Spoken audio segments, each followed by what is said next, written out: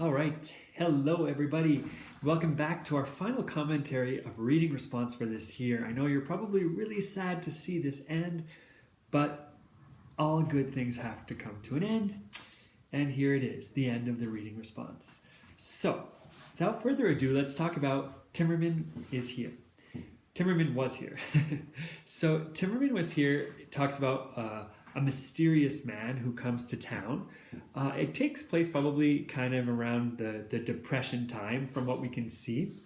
And Timmerman, this mysterious person, he's kind of resented by the little girl, right? Because, well, he moves into the boarding house, but the boarding house used to house her grandfather. And it was her beloved grandfather. And now he's like in, a care home. And how dare could this man, Timmerman, think to take the place of her beloved granddad? So she tries to dislike him, but can't. She can't do it forever. Timmerman is kind. He's gentle. He's soft-spoken to everyone. Like even the dog, seems to like him. So the girl, like throughout the story, we see the bond and the trust build. So there's a possible theme right there. And she becomes fond of him. But like rumors start to fly. And there's another theme there that you could have used for message, rumors. Some people went in that direction. And she tries not to listen to those rumors, but it's hard because oftentimes, if you remember in the story, Timmerman, he sets out at night and he starts wandering the streets with like a sack and a shovel over his shoulder. And people are wondering if he's stashing like stolen goods or is he burying dead cats. And even at one point, the little girl has a black eye because she's defending him at school. So at one point, her curiosity compels her to ask the question that she knows she shouldn't ask.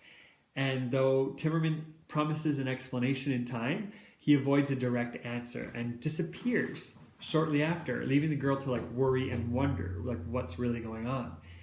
And she gets her answer in the spring, right? Timmerman's nighttime walks were beautifully presented, leaving the entire street with like the flowers and the memory of his presence.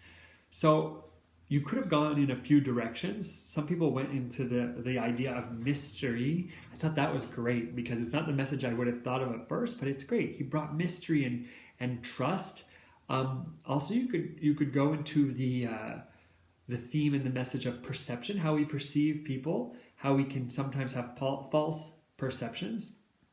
But I think the strongest one a lot of people talked about was the gift of like friendship, and how friendship doesn't always look like the typical relationship, right? Sometimes we can have different ages and different sexes, different religions. Friendship can come between all people.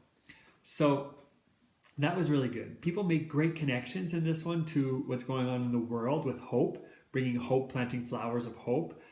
Somebody made great connections with sunflower seeds that were planted after a fire. And there's great connections to be made to other books that we've read, like last week's book, or even Mr. Peabody's Apples that somebody made. That's a great one to connect to. So there was a lot of great connections there. So listen, I think that you've done extremely well. This book was something that it's not necessarily challenging, but even though when there's not a lot of words, sometimes we think they should be easy and you have to read closely to find the message. So you did really well. I want to congratulate you. And so have a great week. I'll talk to you soon.